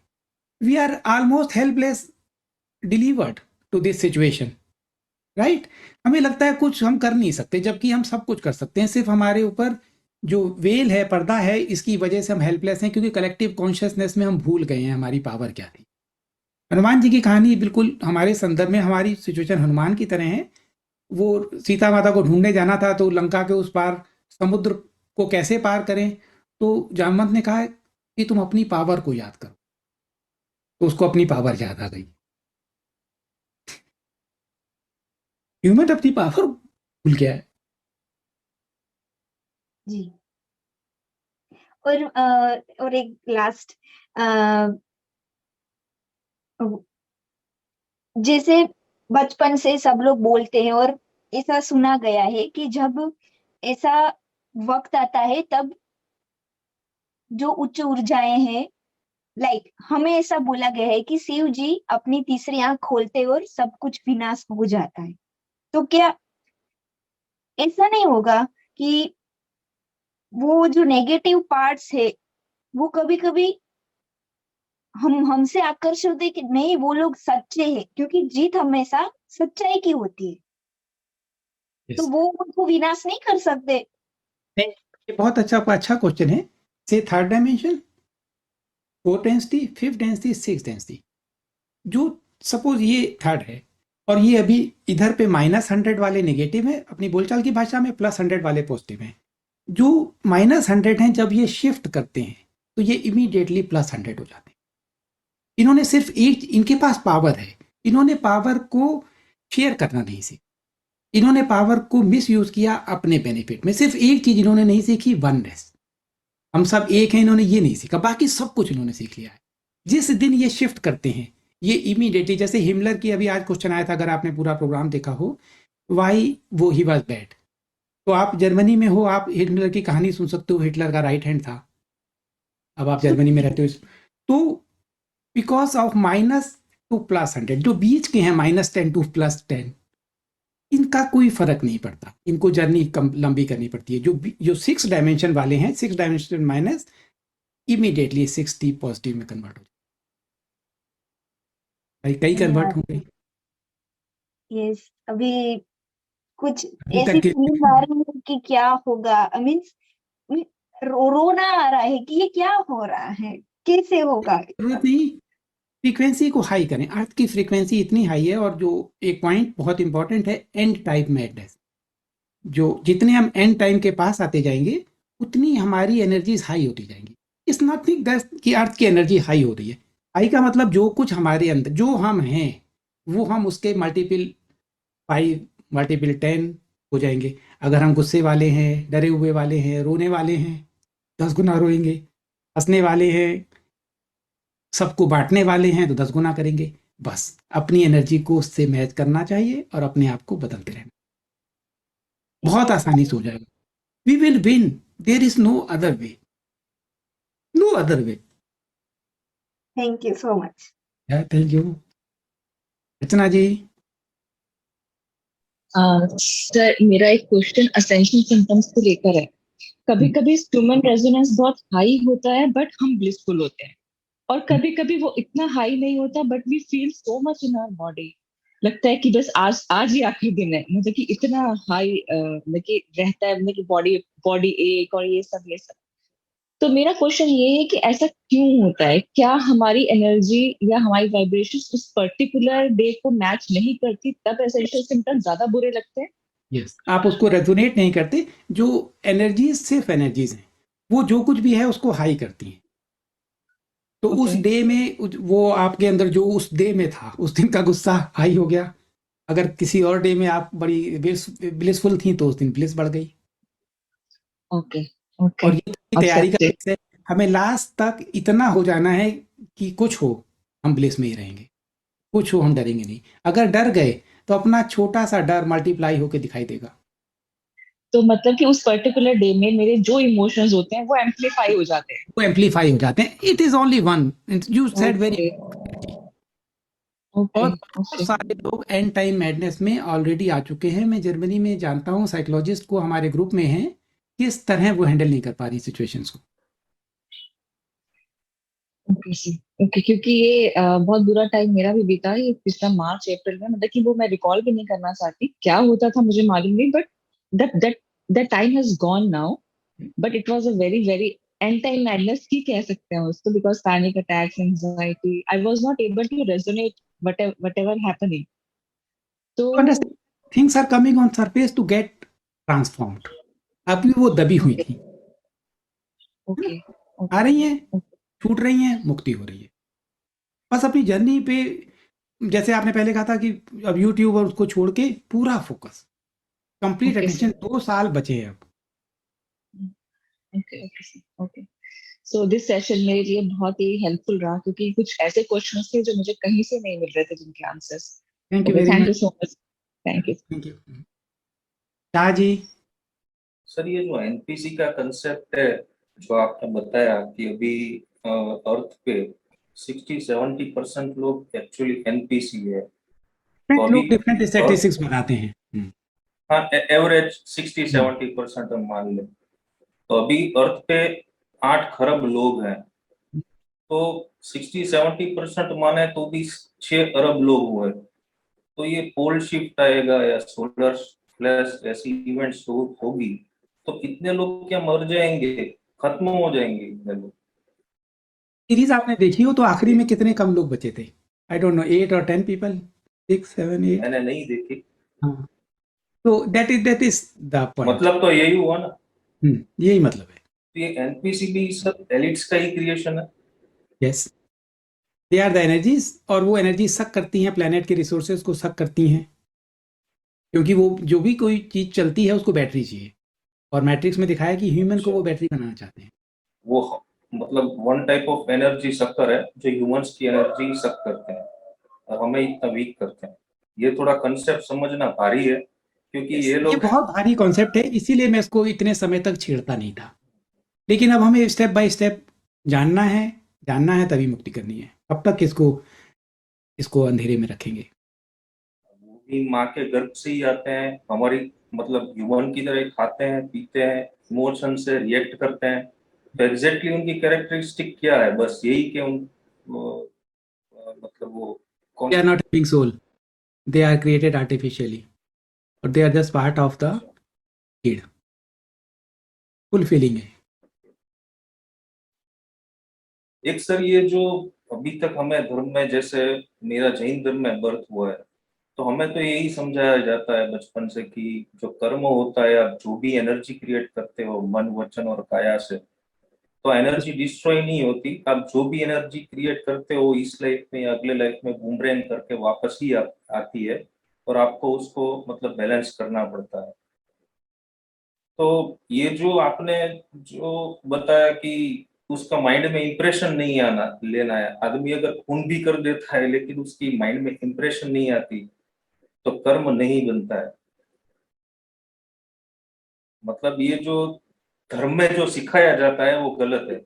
अब ये कन्फ्लिक्ट होना शुरू हो जाता है माइंड में, लेकिन यही अवेकनिंग प्रोसेस की स्टार्टिंग होती है कि आप अपने आप ऑब्जर्व करो कि आप कैसे किस चीज़ से रेजोनेट करते हो।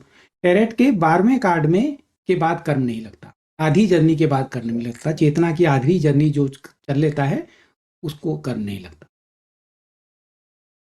कर्म क्या है? कर्म आपको बांधा, आपको सोचोगे कि सबसे ज्यादा किस चीज से आप बंधे हो, कि इस आपको ये कहा जाता है कि जब तक आपको मोक्ष नहीं होगा, जब तक आप सारे कर्म जीरो नहीं कर लोगे। आपने, आपके पास मान लो 100 कर्म का आपके ऊपर बर्डन है जो आपको ठीक करने हैं, अर्थ पे आए, आपने 10 उसमें से आपने अपना बूम रैंक का बैलेंस कर लिया, 90 बचे, और कितने इस बार बना लिए नए? 20, 110 हो गए। क्या आप जो उस तरह की कंडीशनिंग है, जो भी काम आप करते हो, स्पिरिचुअलिटी में हो, क्रिया योग का अभ्यास करते हो, क्या जिस कंडीशनिंग को आप मानते हो उसमें आपने अब तक कितने हजार कर्म बना लिए होंगे ये अब तक की लाइफ में, जिनको बूम रैंक से आपको बैलेंस करने का काम आपके ऊपर बोझ है? कैसे कम हो? अनएंडिंग प्रोसेस है ये, मैनिपुलेशन है। इस थर्ड डायमेंशन में रिलीजियन का बहुत बड़ा मैनिपुलेटिव पार्ट है, और ये मैनिपुलेशन है, और ये मैनिपुलेशन एलिट्स ने किया है। भगवान, सिर्फ भगवान को याद करो, भगवान ने कहा कि झूठ बोलो। क्या भगवान को नहीं पता था कि झूठ बोलना खराब कर्म है? और युधिष्ठिर कह रहा है कि मैं झूठ नहीं बोलूंगा, भगवान उससे कह रहे हैं कि तुम कहो कि अश्वत्थामा मारा गया, वो कहता है मैं धर्मराज हूं, मैं झूठ नहीं बोलूंगा। अब आप अपने आप सोचो कि भगवान के साथ रहना है कि युधिष्ठिर के साथ?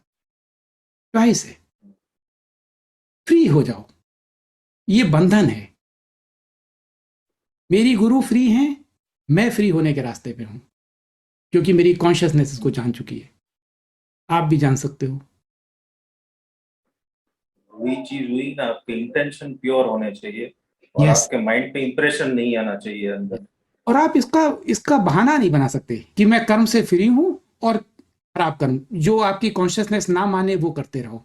ये तो अपने आप में कंफ्लिक्ट, ये रास्ता सच का है, जानना, और उसके बाद किसी का बुरा नहीं कर सकते, वननेस है। लेकिन अगर, और जो जरूरी है वो करना।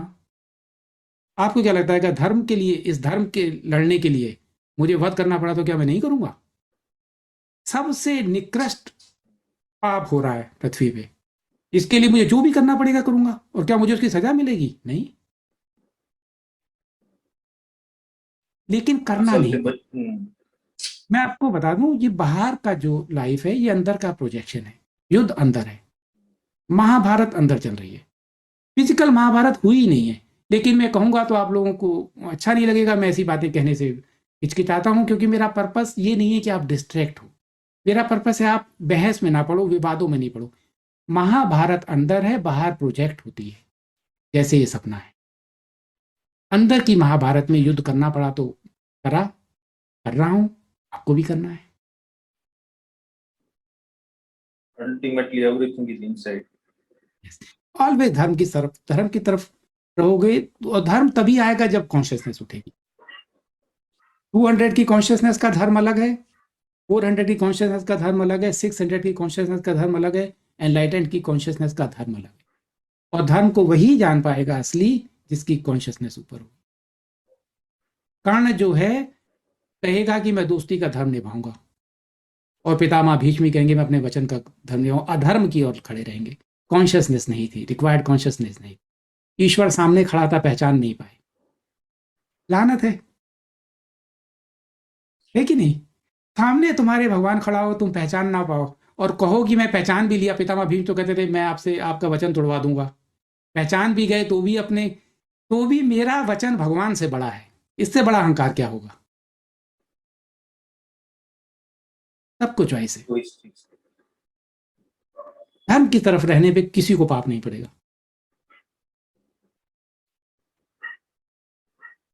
Okay sir, thank you.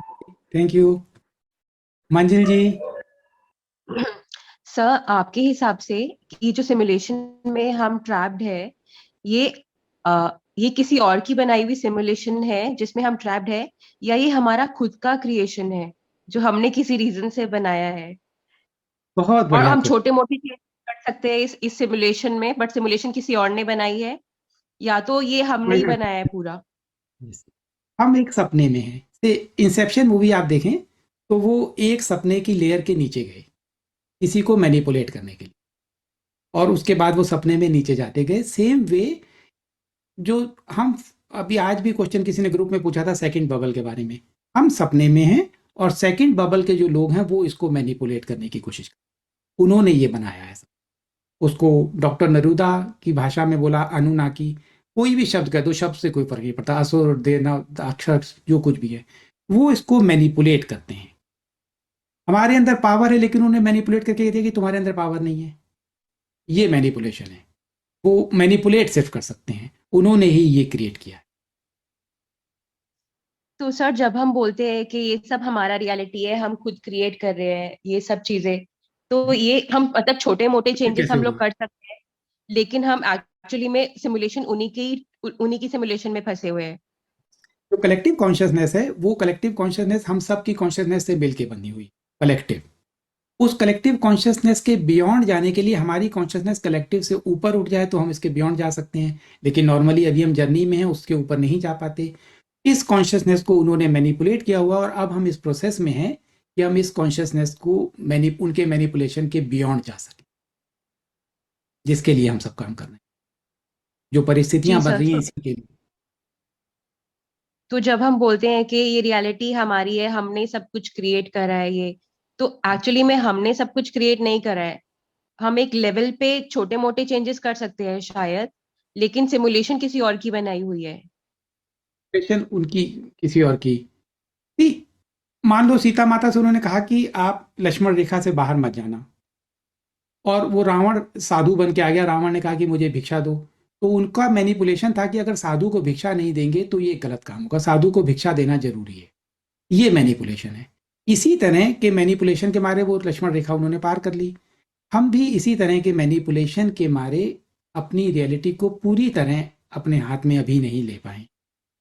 Collective consciousness, हम अपना पर्दा, हम अपनी शक्तियों को नहीं जान पाए हैं, हमें ये विश्वास नहीं है कि हम ही क्रिएट करते हैं, और जो हम क्रिएट करते हैं उसकी जो डिफरेंट लेयर है, जो अनकॉन्शियस लेयर है, वो सेकंड बबल है, उसको वो मैनिपुलेट कर रहे हैं। हमारी अभी जो एक्सेस होती है मेडिटेशन में भी सब कॉन्शियस तक होती है, अनकॉन्शियस जो हिस्सा है उसको वो मैनिपुलेट करा उन्होंने किया हुआ है। लेकिन जितनी तेजी से हम जाग रहे हैं वो हिस्सा भी अनकॉन्शियस से सबकॉन्शियस, सबकॉन्शियस से कॉन्शियस में कन्वर्ट होना जा रहा है, तो हमारी जागरूकता बढ़ती जा रही है। जी सर। सर जो एनपीसी होते हैं, ये जो एनर्जी सक करते हैं, ये हम लोगों का एनर्जी सक करते हैं, और मैं और अक्सर सर कहता इससे हूँ हम अपने आप को कि ह्यूमैनिटी अभी सत्य जानने के लिए तैयार नहीं है, किस तरह वो शक करते हैं उसका प्रोसेस बहुत बहुत बहुत अभी समय होगा, शायद इस ईयर के अंत तक वो डिस्क्लोजर हो। सर तो हम अपने आप को कैसे प्रोटेक्ट कर सकते हैं इन लोगों से, कि क्योंकि सर मेरे साथ ही हमेशा से प्रॉब्लम रहा है कि अगर मैं भीड़ में जाऊं या ऐसी किसी जगह पे जाऊं तो मेरे को बहुत नेगेटिव इफेक्ट होता है उसका। तो मेरे को अपना एक्चुअली मैं इतनी बुरी स्थिति में हूँ कि मेरे को अपना सोशलाइजिंग मैनेज करना पड़ता है, कि अगर मेरे को पता है कि मेरे को 4 दिन बाद किसी फ्रेंड के बर्थडे पे जाना है तो मैं 4 दिन तक कहीं नहीं जाऊंगी, और और बर्थडे के जाने के 3-4 दिन तो मेरे को रिकवर करने में लगते हैं अपने आप को। नहीं तो जैसे मैंने एक मेडिटेशन हमने ग्रुप में डाला है, पता नहीं आपने किया है कि नहीं, अपनी बॉडी के आगे एग बनाना गोल्डन, हाँ, वो वाला लाइट का मेडिटेशन। शील्ड। यस, लाइट की शील्ड, वो लाइट की शील्ड से आप ऑलवेज प्रोटेक्टेड। जी सर। दैट्स वेरी और सर इफेक्टिव। मैंने एक चीज और, कुछ कुछ चीजें होती है जैसे मैं ये पिंक सॉल्ट या सेंधा नमक से नहाना, और जो इंडियन तरीके है ना नजर उतारने के, वो हम लोग उसको नजर उतारना बोलते हैं क्योंकि लेकिन एक्चुअली वो थोड़ा सा होता है to get rid of the negative energy. तो उससे भी मेरे को बहुत फर्क पड़ता है, मतलब इन सब चीजों से। लेकिन देखिए ये बहुत सब बहुत फ्रीक्वेंट अटैक्स होते हैं मेरे को बचपन से। आप ये कर रही हैं और आपको फर्क भी पड़ता है, आप कंटिन्यू कर सकती हैं, शील्ड बना सकती हैं और एक इंटेंशन से इसको बंद कर सकती हैं कि मैं इतनी स्ट्रांग हूं। कोई भी, ये ताली 2 हाथों से बजती है, जब तक आप इसको नहीं अलाउ करेंगी, नेगेटिविटी आपके ऊपर असर नहीं कर सकती जब तक आप अलाउ नहीं करेंगी। आपको सुनने में अच्छा नहीं लगेगा, निर्भया के साथ जो कांड हुआ, वो कांड उसने, उसकी कॉन्शियसनेस और अपराधियों की कॉन्शियसनेस दोनों ने मिलकर वो काम किया। अगर वो नहीं करेगी कंसेंट तो कभी नहीं होगा। ये फिजिकल कंसेंट की बात नहीं है, ये सब कॉन्शियस और अनकॉन्शियस की बात है। आप अपनी कॉन्शियसनेस में एक बात बीज डालो एक दिन कि मैं आज के बाद उनको, मुझे कोई इफेक्ट नहीं कर पाएगा। आपको किसी नजर उतारने की जरूरत नहीं पड़ेगी, हमेशा के लिए बंद हो जाए। It's a choice. जी सर, थैंक यू सर।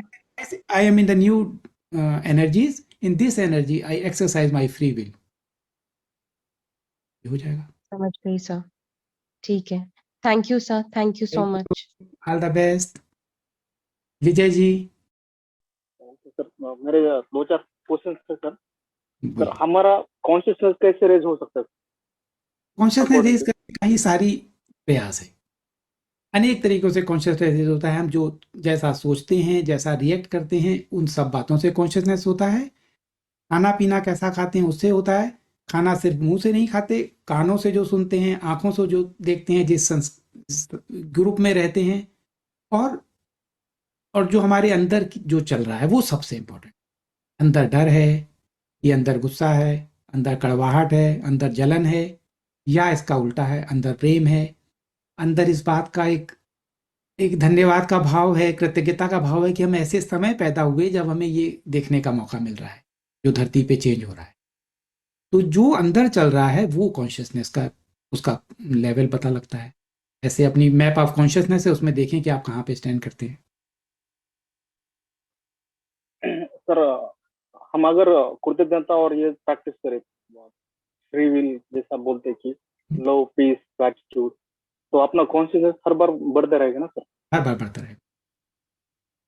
और आप इंटेंशन डालो कि जो मेरी कॉन्शियसनेस को बढ़ाने के लिए बेस्ट अपॉर्चुनिटीज हों, बेस्ट मेथड हो, बेस्ट इंफॉर्मेशन वो मेरे पास आए, वो अपने आप आती रहेगी। ओके। और सर ये आपने जो मेडिटेशन सिखाए वो हमारे पास्ट लाइफ कर्मास और ये जो मेमोरीज है हमारा, तो उनके, लेकिन सर हमने मेडिटेशन तो बहुत बार किया है, लेकिन वो पास्ट लाइफ में जो हमारा मेमोरीज है तो वो जाते नहीं, तो उसके लिए क्या करना चाहिए? हर बार प्रैक्टिस करना चाहिए उसका मेडिटेशन नहीं, के थ्रू? वैसे तो मैं तो सिर्फ एक बार प्रैक्टिस करता हूँ और काफ़ी है। एक बार इंटेंशन और इतनी क्लियर कि दोबारा करने की जरूरत ना पड़े। लेकिन अगर आपको पड़ती है तो आप 1-2 महीने में दोबारा कर सकते हैं, उसको रिवाइज कर सकते हैं, फिर मेमोरी में, सबकॉन्शियस में रिवाइज हो जाएगा। और सिगरेट अगर उंगली में पकड़ी हुई है और कह रहे हैं सिगरेट छूट नहीं रही, छोड़ने का भी अपने आप भी ये भाव डालना है कि मुझे प्रीवियस सारी मेमोरीज छोड़नी है। मेमोरीज बाधा है, ओके। कम से कम जो नकारात्मक define- मेमोरी तो बाधा है ही। Okay sir, how to define the pure spiritual practice? आपके जैसे आप बोलते क्रिया विपश्यना ये जो है, और जैसे आप बोलते कि सदगुरु जग्गी की और फिर रविशंकर इनकी जो प्रैक्टिस है, तो ये कैसे डिफाइन करें कि कौन सा मेडिटेशन टेक्निक अच्छा है?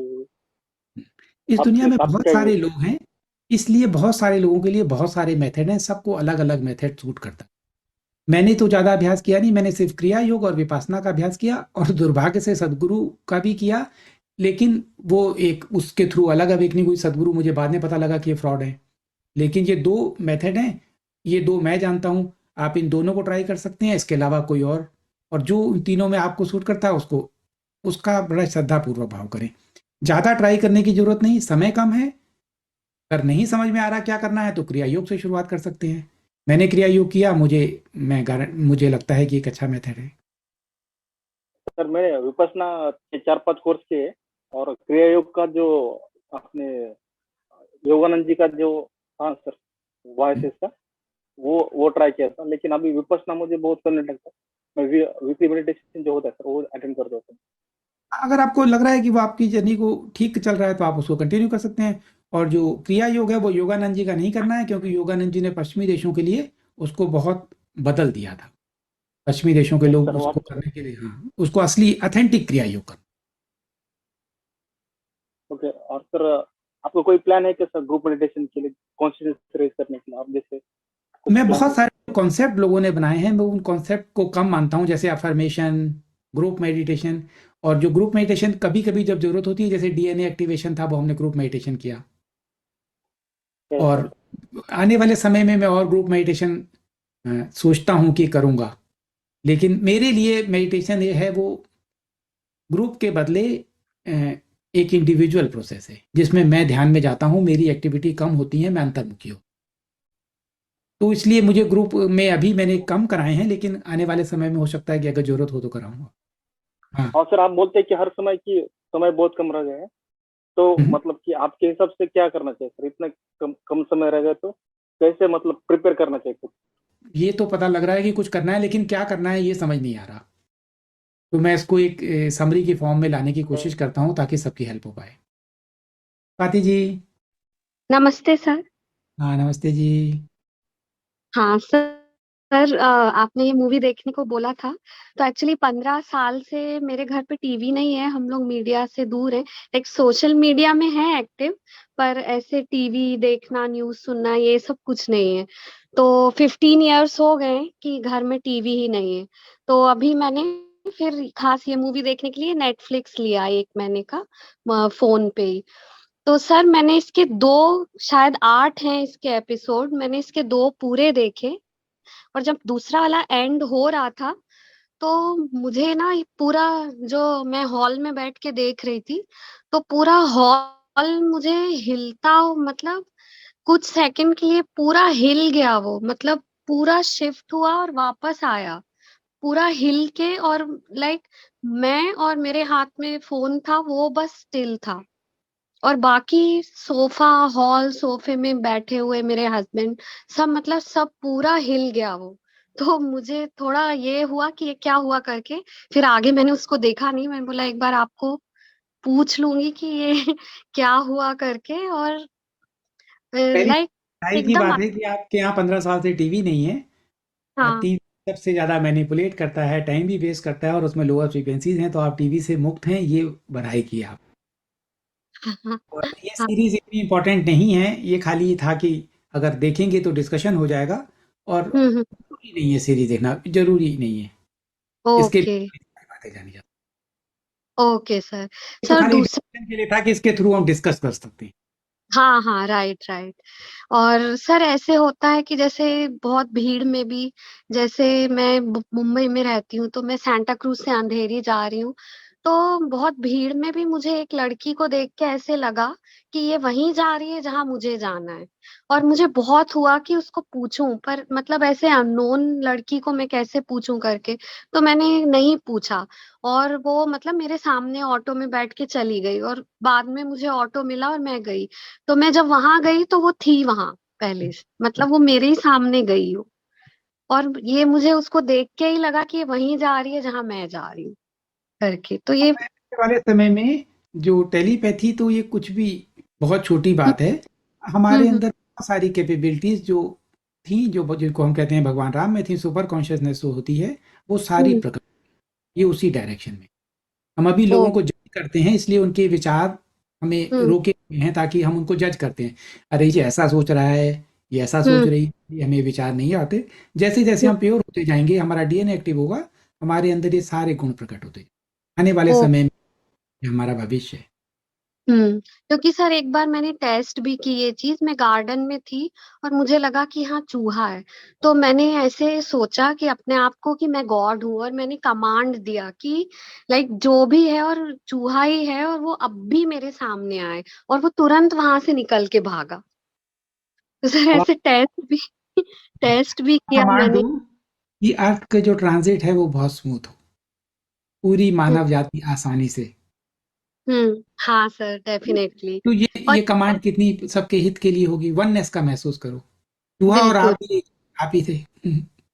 हाँ सर एक और चीज मुझे पूछनी थी कि ये रिसाइकलिंग जो होती है मरने के बाद, तो ये ही लोग करते हैं जिनने सिमुलेशन बनाया है। तो हम क्यों वहां जाके हम मना, अगर हमें याद है ना, जैसे अभी हम तो अवेयर हैं, तो वहां जाके कुछ होता है मरते हैं तो मना कर दें हम कि हम तो नहीं होंगे रिसाइकल, हम यहीं से आगे बढ़ेंगे, क्योंकि आने के बाद तो हम भूल जाएंगे ना, फिर जीरो से स्टार्ट करना पड़ेगा। अभी तक की अवेयरनेस जो है, अब मुझे ये नहीं पता कि जो अवेयरनेस हमारी, ये कॉन्शियसनेस जिस समय हम बात कर रहे हैं, कि हम्म मरना क्या होता है या सोना क्या होता है। आपके पास एक कॉन्शियसनेस है, वो हम्म कॉन्शियसनेस थोड़ी सी चेंज हुई तो आप स्लीप में चली गई, वहां पे हम्म सपने आ रहे हैं, दूसरा संसार प्रकट हो गया। ये संसार जो पहले था वो गायब हो गया, दूसरा संसार आ गया। राइट। हम्म जाग हम्म, गई, पहले वाला संसार आ गया। अब आप क्या दोबारा उस सपने में जा सकती हैं जो आपने कल देखा था? नहीं। नहीं इसलिए मुझे नहीं ये भी नहीं पता कि मरने के बाद हम उसी धरती पे आते हैं या कहीं और भी जा सकते हैं। खैर ये तो विवाद का विषय हो जाएगा, इतना दिमाग ना लगाइए। होता क्या है कि मरने के बाद हमारी कॉन्शियसनेस जरा सी बदल जाती है, हम्म दूसरा एक्सपीरियंस करना शुरू कर देते। तो मुझे हम्म ये नहीं पता उस कॉन्शियसनेस में हमारी ये वाली अवेयरनेस रह पाएगी कि नहीं मना करने के लिए। लेकिन अगर रह पाए तो अच्छा है कि आप वहाँ जाके कह दिए नहीं मुझे वापस नहीं जाना, हाँ तो सर, मैं जरूरत भी नहीं पड़ेगी। हमारी जनरेशन जो है नए युग को क्रिएट कर ले तो ये साइकिल वैसे ही टूट जाएगी। देखो आप ध्यान से देखो कि अगर ईसाई है या एक इस्लाम को मानने वाला है, वो ये कहता है कि मेरा पुनर्जन्म नहीं होगा, रिसाइकिल नहीं होगी, मैं कब्र में गड़ा रहूंगा और एक जब दिन आएगा तब मेरा हिसाब होगा। तो उसके कहने ऐसा थोड़ी है कि ऐसा होगा, रिसाइकिल हो जाएगा। सही बात। किसी ने भी मान्यता जो भी रखी हो रिसाइकिल हो जाएगा जब हाँ। तक जागरूक नहीं होगा। अर्थ कट जाएगा। बिल्कुल बिल्कुल। और सर मैट्रिक्स जिन्होंने बनाई है तो मतलब मेरे मन में उनके लिए बहुत ये था कि मतलब कितने अवेकन लोग हैं ये वो करके। पूरी फिल्म इंडस्ट्री, नेटफ्लिक्स और अमेजॉन प्राइम और सेलिब्रिटीज, ये जो हम्म। पूरा बॉलीवुड और हॉलीवुड और म्यूजिक, ये डार्क फोर्सेस के पूरी तरह कंट्रोल, पूरी तरीके से। इसमें कोई भी एक स्टेज से ऊपर नहीं बढ़ सकता जब तक वो उनकी शर्तों को ना माने। ओके। इसलिए ये मूवीज इतनी अच्छी कैसे बनी मुझे भी आश्चर्य होता है। और इंसेप्शन वाला क्रिस्टोफर नोलान है या ये हैं, ये कैसे इतनी अच्छी मूवी बना पाते हैं जबकि ये ऐसा मैसेज नहीं, ये तो ब्लॉक करना चाहते होंगे, लेकिन डिवाइन प्लान है इसलिए ऐसी मूवी बन जाती है, नहीं तो मुझे भी आप। यस गायत्री जी। जी नमस्कार सर। सीरीज मैंने देखी थी और स्टार्टिंग में मुझे नहीं समझ आ रहा था, पर पूरी तरह से विश्वास था, आपने बताई ये तो कुछ मैसेज होगा।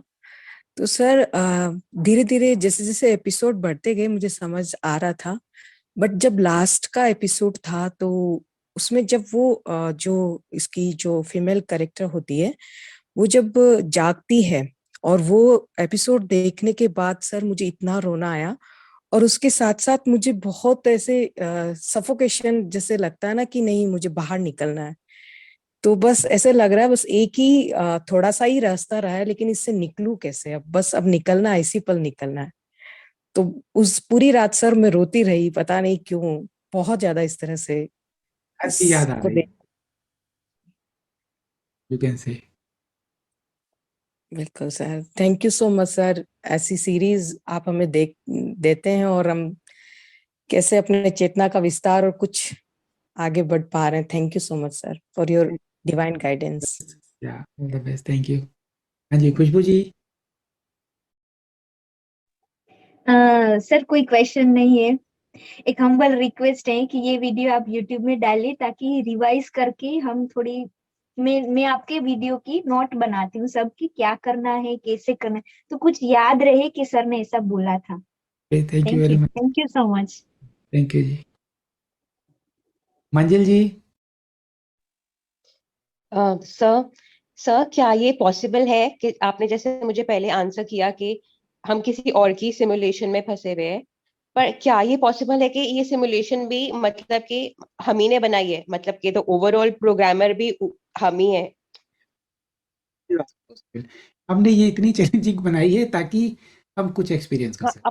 अपने अपने किसी फन के लिए या फॉर व्हाटएवर रीजन जो अभी हम शायद कॉम्प्रिहेंड नहीं कर सकते, समझ नहीं सकते, बट ये तो मैं समझ गई कि हाँ, बट ओवरऑल जो जो सबसे बड़ी जो क्रिएटर है जिसने बनाई है और हमने खुद को ही फंसाया हुआ है, like for for I don't know for what reason, but actually में क्या ये सच नहीं है सर? ये भी सत्य है। तो मेरे को ना ये चीज समझ आई थी, मैं हमेशा ना सड़क मूवी का एग्जांपल देती हूँ। मैं कहती कि जब साधना से पहले जब मैंने मेडिटेशन करना नहीं शुरू किया था, तो मैं अपने आप को ना उसी तरह का विक्टिम समझती थी कि मेरे को ना ट्रैप किया गया है और मैं बहुत दुखी थी, लाइक ऐसा मतलब कि लाइफ में मैं कैसी कैसी दुख आ रहे हैं, हर चीज से ओवरवेल्म्ड और दुनिया भर का डिप्रेशन, ऐसा लगता है विक्टिम हुड में जी रही थी बिल्कुल पूजा की तरह। और मेरे को लगता था कि मेरे को बचाने के लिए कोई रवि आएगा, मतलब कोई सेवियर आएगा मेरे लिए। तो जब मैंने साधना करना शुरू किया, मेडिटेशन करना शुरू किया, तो ग्रेजुअली मैंने रियलाइज करा कि कोई नहीं आएगा रवि, मैं ही रवि हूँ, मैं ही अपनी सेवियर हूँ। ठीक है, लेकिन वो इतनी बड़ी अचीवमेंट थी मेरे लिए, इतनी बड़ी अचीवमेंट थी कि मैं बहुत खुश थी, लेकिन मैंने साधना करना नहीं छोड़ा, मैंने और साधना करी और साधना करी, और उसके बाद मुझे रियलाइज हुआ कि महारानी भी मैं ही थी। एग्जैक्टली, यही वननेस है। सारे कैरेक्टर, मैंने उनसे पहले कहा कि चूहा भी आप हो, यही जानना, सारे कैरेक्टर, सारी सिमुलेशन आप ही क्रिएटर। लेकिन सर गेम अभी यहाँ खत्म नहीं हुई, मजा तब आया जब और साधना करी और उसके बाद समझ आया कि मैं ये तीनों नहीं हूँ, मैं महेश भट्ट हूँ। Yes, ultimately we all are the director, writer, producer तो चलो नहीं है, लेकिन डायरेक्टर, राइटर और हम अपने कैरेक्टर। क्योंकि सारे कैरेक्टर्स मैंने बनाए थे, उनको डायलॉग्स भी मैंने दिए थे। और सर इतना सोचने वाला बात है कि पूजा की स्टेट से रवि तक भी पहुंचना कितनी बड़ी उपलब्धि है कि आप ये समझो कि मेरे को खुद को बचाना है, मेरा कोई सेवियर नहीं आएगा, इस लेवल पे ही पहुंचना। और यहाँ और तक समझना कि तुम ही क्रिएटर हो, तुम महेश भट्ट हो, ये मूवी चल रही है, ये रियल नहीं है, ये रियल नहीं है। आपने काफी अच्छी जर्नी की है। यस, आप दैट इज द यही जानना। तो सर इस हिसाब से कि जो एलीट्स है और जो एनपीसी है कहीं ना कहीं मेरे ही बनाए हुए हैं, because the ultimate creator is me only. Question अभी भी रह गया कि जब आपको ये पता लग गया कि डायरेक्टर आप हो, फिर ये नजर कौन लगाता है? इस नजर पर लगाने वाले को आप क्यों नहीं हटा रहे इस स्क्रिप्ट से? That is the point. अभी डायरेक्टर का रोल इंटेलेक्चुअल समझा है, जिस दिन जान जाएंगे उसी दिन मूवी चेंज हो जाएगी हमेशा। तभी तो सुनती हूँ ना मैं आपको कि आगे और बढ़ सकूं, समझ सकूं जो नहीं समझ आ पा रही हूँ अभी तक सर। ये कोशिश। यस, और सबके मंजिल जी के थ्रू हम सब समझें कि कोई सेवियर नहीं आएगा, कोई कल्कि नहीं आएगा, कोई नबी नहीं आएगा। डिवाइन इंटरवीन तभी होगी जब हम उनसे डिवाइन हेल्प मांगेंगे। अगर लाइन में लगे हो कि जैसे ये लगवाइए ऐसे चिप लगवाएंगे तो कोई नहीं आए। फीवेल है। यस गौर हरी जी, आपके लास्ट वर्ड। यही है कि काफी लोगों ने इसको सीरियसली लिया, और जैसे गायत्री जी ने भी बताया और मंजिल जी ने भी बताया कि ये किस हद तक एक माइंड के अंदर एक वो बीज डाल सकता है हम सबके सबकॉन्शियस में, तब वो फिर एसिमुलेट होकर फिर इस सिमुलेशन को हम कलेक्टिवली समझ सके। और ये कुछ दिन पहले का ही ऐसा बोल सकता है कि रचना की गई इस प्रोग्राम का, वो भी अर्ली मॉर्निंग ऐसे ही अचानक नींद से उठे थे और एक विजन आए कि इसका प्लानिंग करना है। और आज वो एनपीसी का भी काफी सारा चीज क्लियर हुआ इस प्रोग्राम में। तो ये कहीं ना कहीं ये डिवाइन का ही प्लान है। जैसे आप बोल रहे थे कि ये क्रिस्टोफर नोलन हो या कोई भी पर्सन ऐसे बनाते हैं, तो कल भी वही आया कि जब डेविल सच बोलना शुरू करे तो उसको थोड़ा ध्यान से सुनना है और अपने लिए जो सच है उसको उठा लेना है। बिल्कुल सही बात। और आपसे बातें करते करते मुझे याद आया कि एनपीसीज के बारे में जब लोग सोचते हैं तो सोचते हैं कि ये खराब होंगे। जरूरी नहीं है, बड़े विनम्र हो सकते हैं, भीड़ का हिस्सा है, नॉर्मल भीड़ का हिस्सा। और एनपीसीज का जो हिस्सा सोर्सलेस है वो खराब लगता है। तो ये लोग अपने आप सोचते होंगे कि अरे एनपीसी है तो खराब होगा ना, नॉर्मल भीड़। तो ठीक है, काफी सेशन अच्छा रहा, मुझे लगता है सारे टॉपिक कवर हुए। जी, everything going well. Yes yes, going perfect, divine plan is working, unfolding perfectly. See. Okay, all the best. Thank you very much.